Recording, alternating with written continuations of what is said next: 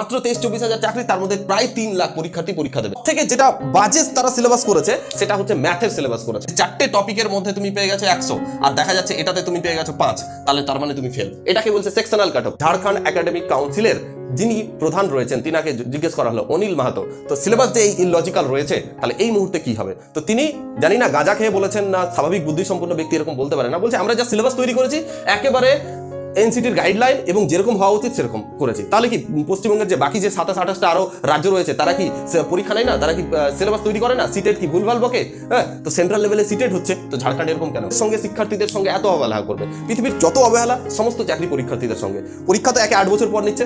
Secondly এত আশা করি সকলে ভালো আছো। তোমাদের সকলকে স্বাগত জানাচ্ছি স্টাডিক এডুকেশনে। আজকের ভিডিওতে আলোচনা করব আমরা ঝাড়খণ্ড টেট 2024 এর সিলেবাস নিয়ে।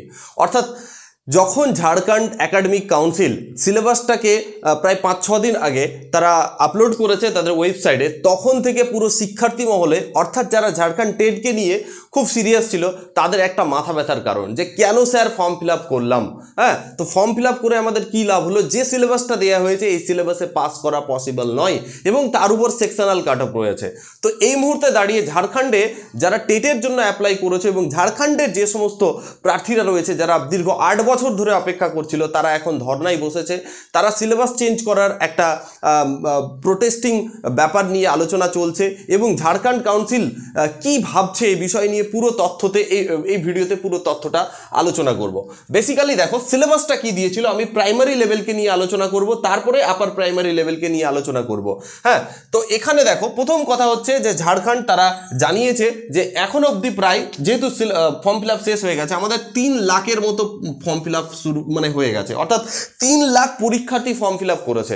বুঝতে পারছো তো কোন লেভেলে কম্পিটিশনটা গেছে? তার মধ্যে কতজনকে পাস করাবে এবং কতটা চাকরি আছে তুমি একটু ভেবে দেখো। প্রায় 23-24 হাজার চাকরি আছে, তার মধ্যে মাত্র 23-24 হাজার চাকরি, তার মধ্যে প্রায় 3 লাখ পরীক্ষার্থী পরীক্ষা দেবে। তো তোমাকে তোমার জায়গাটাকে বুঝতে হবে। ভালো মতো সিলেবাসকে স্টাডি না করে পড়ে গেলে তোমার কিন্তু সিলেকশন হওয়া বা পাস করাটা খুবই চাপের হয়ে যাবে। তো আমি প্রাইমারি লেভেলের সিলেবাস তারা যেটা দিয়েছে, বেসিক্যালি হিন্দিটা দিয়েছে, হিন্দি আর ইংলিশ এটা নিয়ে আলোচনা করব না, কারণ জেনারেলি হিন্দি আর ইংলিশের যে সিলেবাস দিয়েছে ওইখানে বেসিক্যালি কম্প্রিহেনশনের জায়গায় সাহিত্যের সাহিত্যের ইতিহাস, হিন্দি সাহিত্যের ইতিহাস, ইংলিশ সাহিত্যের ইতিহাস, এই সমস্ত জিনিসগুলোকে তারা ঢোকানোর চেষ্টা করেছে। আমরা বেসিক্যালি আরেকটা ল্যাঙ্গুয়েজ টু অর্থাৎ ইংলিশ যেটা আমাদের 30 নম্বরের রয়েছে, এখানে দেখো এখানে বেসিক্যালি কি হয়, এখানে বেসিক্যালি টেট পরীক্ষাতে হয়, ভারতবর্ষের যে কোনো টেট এক্সামে যাও সেখানে হবে 15টা পেডাগোগি আর 15টা কোশ্চেন্স হবে। এই 15টা পেডাগোগি রইলো, আর এটাতে জেনারেলি থাকে ইংলিশ, থাকে ইংলিশের কম্প্রিহেনশন থাকে, দুটো সিন, একটা পদ্য থাকবে একটা গদ্য থাকবে, তার উপর প্রশ্ন থাকে, তার উপর তোমার টেন্স থেকে থাকবে, ন্যারেশন, ভয়েস, আর্টিকেল, প্রিপোজিশন, যা ইচ্ছা সেখান থেকে দেবে। কিন্তু এরা সিলেবাস কি বানালো, একটা প্যাসেজ দেবে, হ্যাঁ এটা বলে দিল, টেন্স দেবে, ভয়েস দেবে, ন্যারেশন দেবে, ইডিয়াম ফ্রেসেস দেবে, অ্যান্টোনিম সিনোনিমস দেবে, পেডাগোগির কোনো জায়গা নেই। হ্যাঁ, এই হচ্ছে সিলেবাস তারা বানিয়েছে। দেখো একটু ইললজিক্যাল, তবুও এটা একটু মানা যাচ্ছে, তবুও এই সমস্ত জিনিস কম্পিটিটিভ এক্সামে বসে, ঠিক আছে। সব থেকে যেটা বাজে তারা সিলেবাস করেছে সেটা হচ্ছে ম্যাথের সিলেবাস করেছে। ম্যাথের সিলেবাস প্রাইমারি লেভেল বাচ্চাদের পড়ানোর জন্য তোমার কাছে টেস্ট নেবে, দেখো ডিফারেন্সিয়াল ক্যালকুলাস। ডিফারেন্সিয়াল ক্যালকুলাস কোথায় থাকে? 11-12 থাকে। কোথায় থাকে স্যার? হায়ার ম্যাথামেটিক্সে থাকে।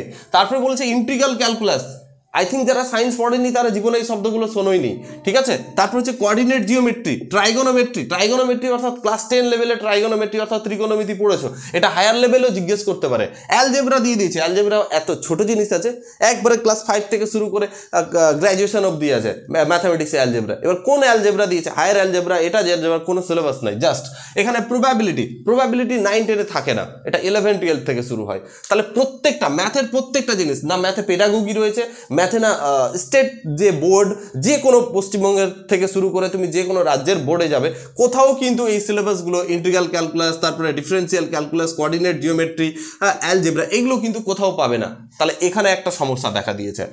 এবার হচ্ছে চাইল্ড ডেভেলপমেন্টের কথা বলি, চাইল্ড ডেভেলপমেন্টের সিলেবাসটা ঠিক করেছে, এটা বলবো। চাইল্ড ডেভেলপমেন্টে তারা কি দিয়েছে, স্টাডি অফ বিহেভিয়ার, চাইল্ড বিহেভিয়ারের সম্পর্কে দিয়েছে। টপিক এর মধ্যে রয়েছে determinant of behaviour, method of studying child behaviour, observation, এই সমস্ত জিনিস বলেছে। চাইল্ড বিহেভিয়ার সম্পর্কে এখানে দিয়েছে। নেক্সট হচ্ছে growth and development. Growth and development নিজেই একটা বড় চ্যাপ্টার, কতগুলো জানো তোমরা, এটা নিয়ে কথা বলার নেই, এগুলো আমি পড়াবো, চিন্তার কোনো কারণ নেই। হ্যাঁ, পার্সোনালিটি ডেভেলপমেন্ট অ্যাডজাস্টমেন্ট থেকে দিয়েছে। এডুকেশন অ্যান্ড লার্নিং থিওরিজ থেকে দিয়েছে। লার্নিং থিওরিজের মধ্যে সব কিছু পড়ে যায়, যতগুলো থিওরিজ পড়েছো, ইন্টেলিজেন্সের থিওরি পড়বে, তারপরে তোমার পিয়াজে পড়বে, ভাইগোটস্কি পড়বে, কোয়েলবার্গ পড়বে, তারপরে প্যাভলভ পড়বে, স্কিনার পড়বে, থর্নডাইক পড়বে, প্রত্যেকটা জিনিস পড়ে যায়। এটার সিলেবাস তবুও ঠিক আছে, কিন্তু পুরো সিলেবাস তুমি যদি দেখো, একমাত্র সিডিপি ছাড়া আর একটা হচ্ছে এরা ইভিএস দেবে না, ডিরেক্ট বলে দিয়েছে। ঠিক আছে, মানলাম ভাই তুমি ইভিএস দেবে না, ইভিএস এর জায়গায় দেবে Jharkhand related GK, general studies দেবে। এখানে জিওগ্রাফিও ঢুকবে, ঝাড়খণ্ডের হিস্ট্রিও ঢুকবে, বা আদার্স যত ধরনের জিওগ্রাফি রইলো সব কিছু এখানে ঢুকে যাবে। হ্যাঁ, তো যাই হোক, এটাও মেনে নিলাম, বাট এই যে 3টে সিলেবাস করেছে, এই 3টে সিলেবাসে আবার তোমাদের প্রতিটা টপিকে 40% নাম্বার পেয়ে পাস করতে হবে, অর্থাৎ 12 করে পেতে হবে, 12 করে না পেলে পাস হবে না। ধরো তুমি এরকম হলো যে 4টে টপিকের মধ্যে তুমি পেয়ে গেছো 100, আর দেখা যাচ্ছে এটাতে তুমি পেয়ে গেছো 5, তাহলে তার মানে তুমি ফেল। এটাকে বলছে সেকশনাল কাট অফ। তাহলে সেকশনাল কাট অফ দিয়েছে, এত কিছু দিয়েছে, আর এই সিলেবাস করেছে। তার উপর যখন ঝাড়খণ্ড একাডেমিক কাউন্সিলের যিনি প্রধান রয়েছেন, তিনাকে জিজ্ঞেস করা হলো, অনিল মাহাতো, তো সিলেবাস যে এই ইললজিক্যাল রয়েছে, তাহলে এই মুহূর্তে কি হবে? তো তিনি জানি না গাঁজা খেয়ে বলেছেন না স্বাভাবিক বুদ্ধিসম্পন্ন ব্যক্তি এরকম বলতে পারে না, বলছে আমরা যা সিলেবাস তৈরি করেছি একেবারে এনসিটির গাইডলাইন এবং যেরকম হওয়া উচিত সেরকম করেছি। তাহলে কি পশ্চিমবঙ্গের যে বাকি যে 27-28টা আরও রাজ্য রয়েছে, তারা কি পরীক্ষা নেয় না? তারা কি সিলেবাস তৈরি করে না? সিটেট কি ভুলভাল বকে? হ্যাঁ, তো সেন্ট্রাল লেভেলে সিটেট হচ্ছে, তো ঝাড়খণ্ড এরকম কেন হচ্ছে? এটা আমার প্রশ্ন।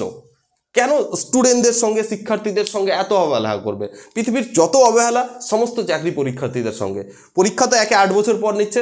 সেকেন্ডলি, এত ধরনের সমস্যা, এই সমস্যার জায়গায় দাঁড়িয়ে স্টুডেন্টরা এখন প্রোটেস্টে নেমেছে রীতিমতো। গতকালকে কিছু ঝাড়খণ্ডের বাসিন্দা এবং যারা আমরা তো পশ্চিমবঙ্গ থেকে যতটা সোশ্যাল মিডিয়ায় পারি প্রোটেস্ট করেছি, আমি ফেসবুকেও পোস্ট করেছি, হ্যাঁ, তারা গেছে, কথা বলেছে, এবং তাদের যে একাডেমিক কাউন্সিলের যিনি একজন ম্যাম আছেন, তিনি তাদের সাথে কথা বলেছে। আজকেও তাদেরকে টাইম দিয়েছে, কথা বলে কোথায় কোথায় ভুল রয়েছে, কোথায় কোথায় ঠিক রয়েছে, সব জায়গায় দাঁড়িয়ে তারা কিন্তু একটা নতুন তো নয়, রিভাইজড একটা সিলেবাস আসতে চলেছে।